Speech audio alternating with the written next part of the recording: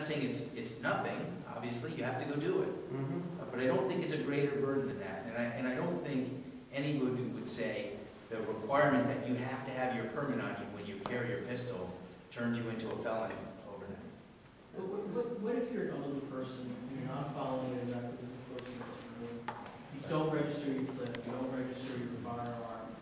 Under the drafts I've seen and the discussion I've seen in the press release yesterday, it's a confiscation event. No. Yeah, the infraction is not a confiscation event. You can't do.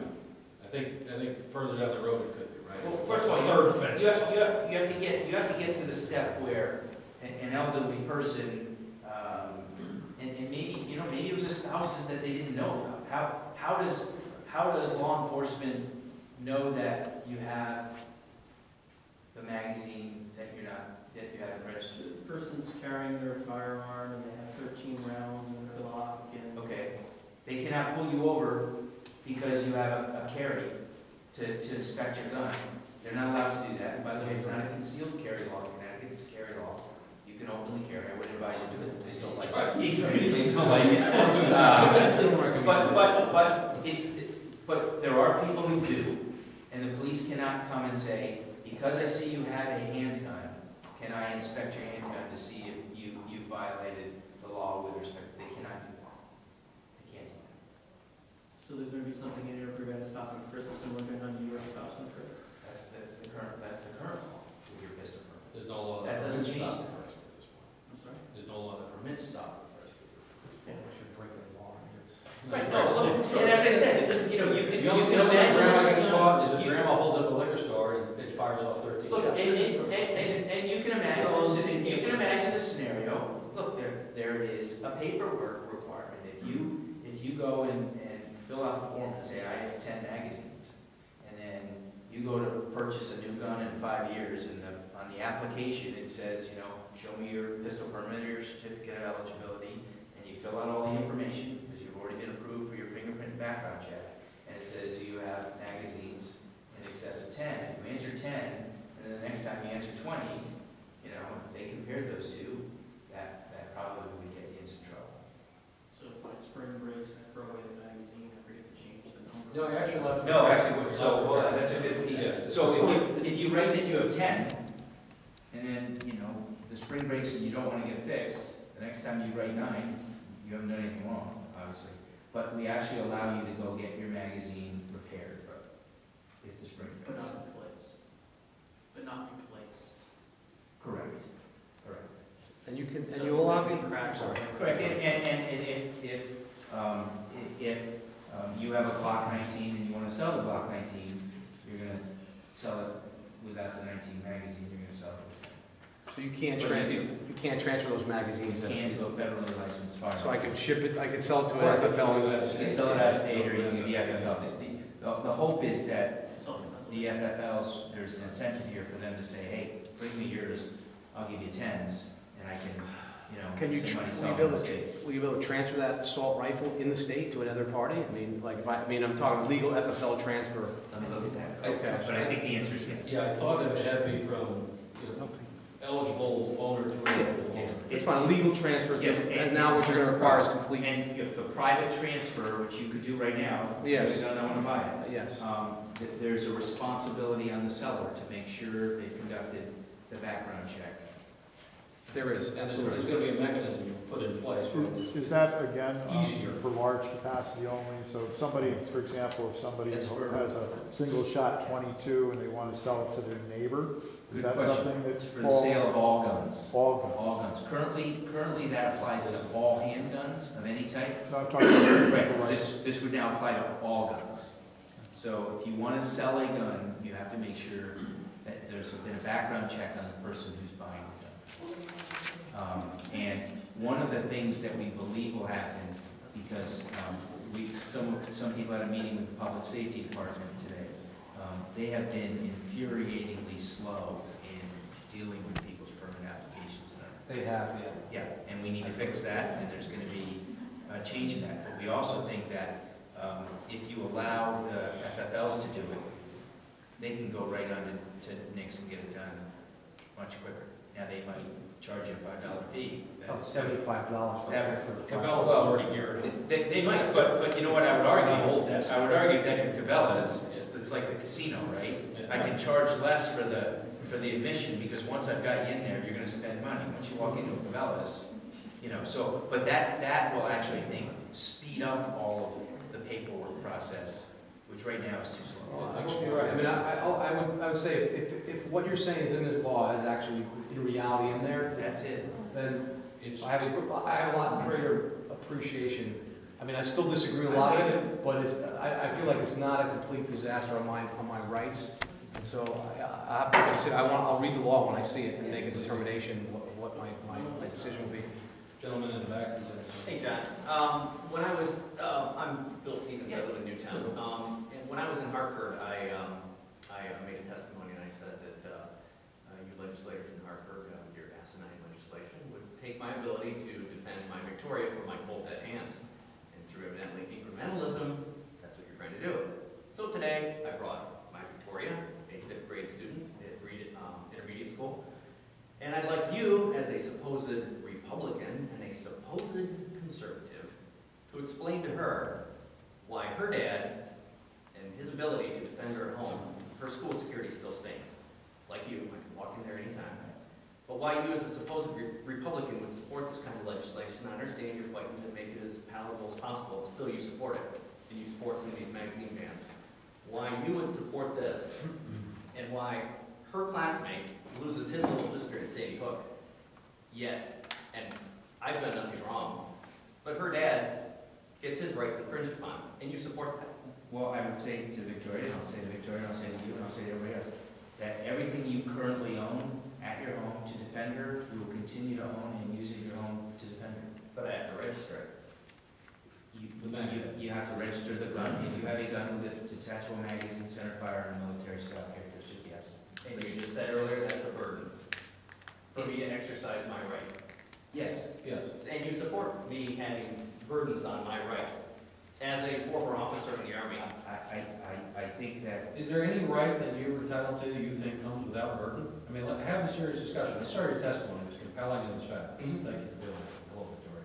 But, I mean, really think about this. What right do you have that comes with zero burden? Name it. You can't do it because it doesn't exist. Your right to free speech comes with burden. You cannot yell fire in a crowded movie theater. And you can't shoot guns in a crowded movie theater. Hopefully not, right? But my point is, just to say, if there's an incremental, and I understand incrementalism, and I understand the argument, and it is a real concern, slippery slope, whatever you want to And call that's it. what's happening right here. It would, almost. If the burden is now, everything you own, you're gonna keep. But now the government gets to find out what I own and how many I own. no, not true. We'll have to register, it's online. Let's be very clear. Let's be very clear. If you own a handgun currently, and every handgun you bought, unless you bought it a long time ago, when you bought it, there were 4 pieces of paper to that handgun.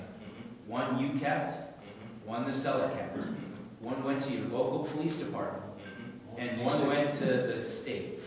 So the state and your local police department technically already know every handgun, and that has not been an impermissible burden on your ability to purchase handguns to defend your daughter.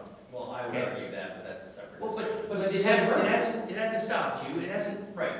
okay? But now So- I need to re-register what I own. Well, So so, some of them happen to have high-capacity magazines. yeah, so, but again, I spoke to a gentleman yesterday who owned 9 rifles, none of which he's going to have to register under this law.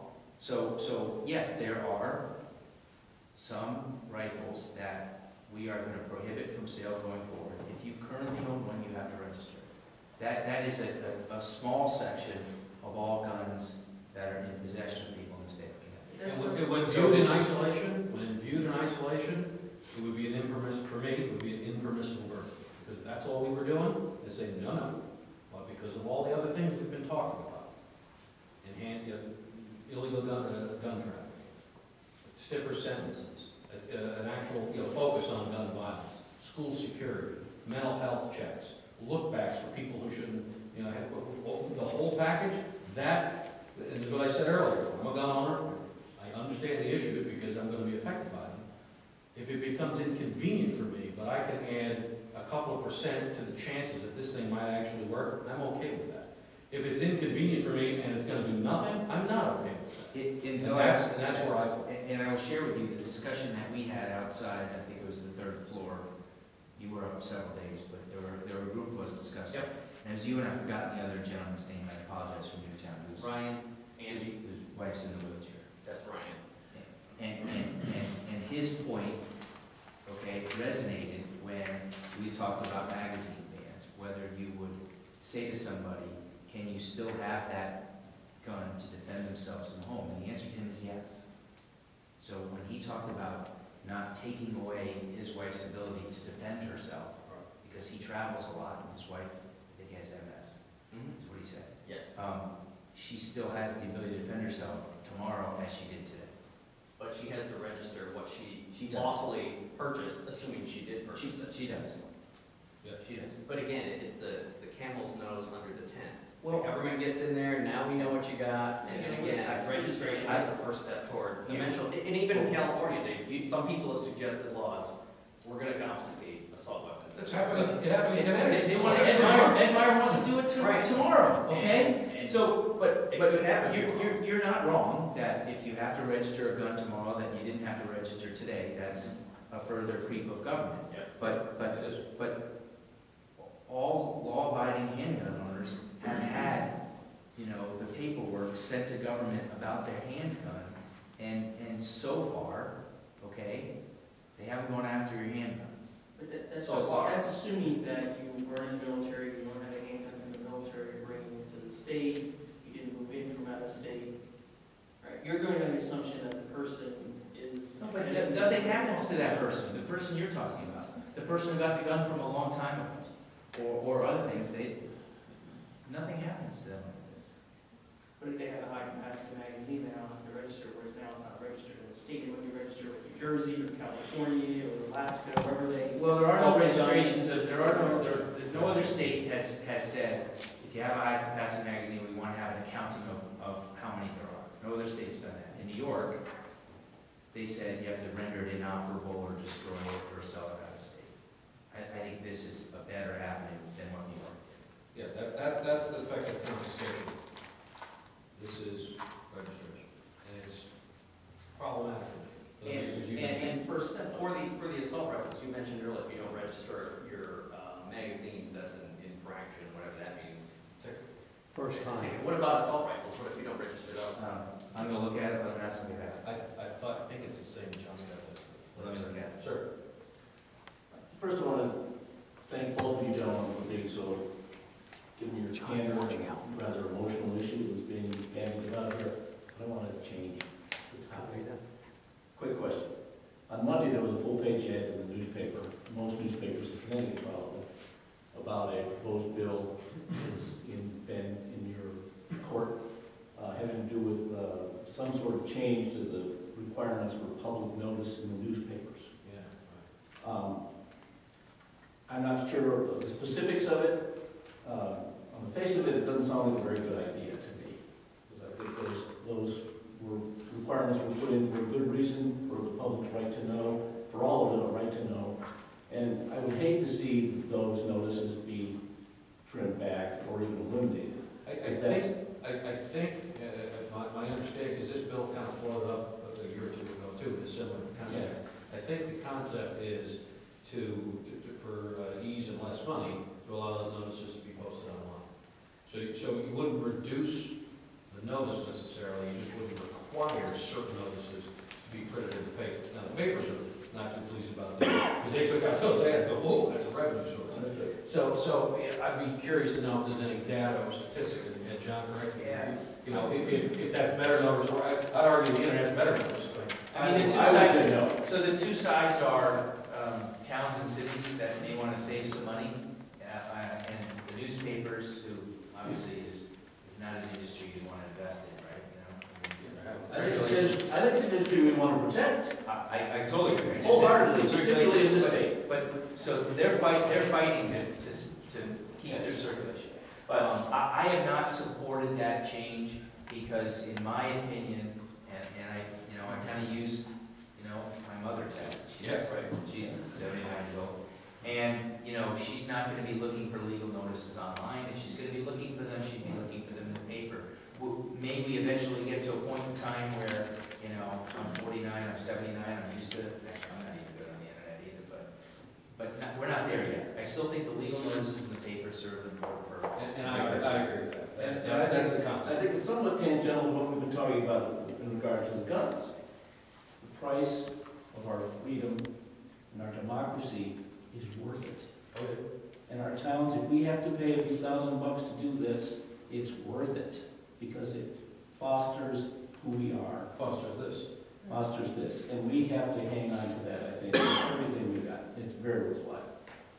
Good point. I just have one other quick question, it's kind of a cause and effect question. Listening to what you guys have been talking about tonight, and I can understand both sides of this debate, but it's what comes next. Because I think in the public arena, regardless of which side you're on, the whole gun control issue looks very knee-jerk. Because it just happened very quickly, it's push, push, push. In the meantime, though, you're talking about the mental health component and the school security component, but also the pressures that are on our courts. Mm-hmm. Our courts are up to their eyeballs. Judges haven't gotten raises in years. Everything is just amok over there. Where everybody's screaming about unfunded mandates. I'm listening to all this thinking, oh my gosh, where's the money going to come from to deal with what is on the far side of this discussion you guys are having about something that sounds finite, which is a bill about gun control, but it's not finite. It's really broad when you talk about everything else included in it with regard to the courts, the schools, and mental health issues. There's not any conversation about that, and this is a state that's already drowning in red ink. So there will be fiscal notes on this bill, because there has to be by law. So, I mean, this is the great discussion that we have up there with any bill, especially one as high profile as this, is do we do this in addition to things we're already doing, or do this in lieu of the things we're doing, or some combination thereof? I submit it's going to be some combination thereof. Because, you know, certain things will be replaced, and this will fill that gap. Early release of criminals, for instance, you know, that's going to go away. That's good, you know. but then jails, our jails, Exactly and right. courts can't handle all these cases now. But, and it's funny, you know, it is, while saving money is high, almost number one on the list, for me, as a Republican or as a citizen, actually number one on the list is freedom and safety. Freedom, safety, don't waste the money. And that's kind of where I approach this from. And, you know, I keep harping on the same thing over and over, but if this package, which it is a package, and it's not getting reported as a package, and I'm glad, I mean, you were here to sit and listen to it, saying, you know, there's a lot more to this. It's not as egregious on the gun control side. There's actually some good stuff going on the school security and mental health side. Maybe this will make a difference. Maybe this can make a difference. It's a whole lot better than what is being portrayed in crazy emails I see about they're banning 100 weapons and no one's ever had a hearing. No, that's a true statement. That's a true John, is statement. this woven into That is a the true governor's statement. budget? It's not false. Is any of the financial implications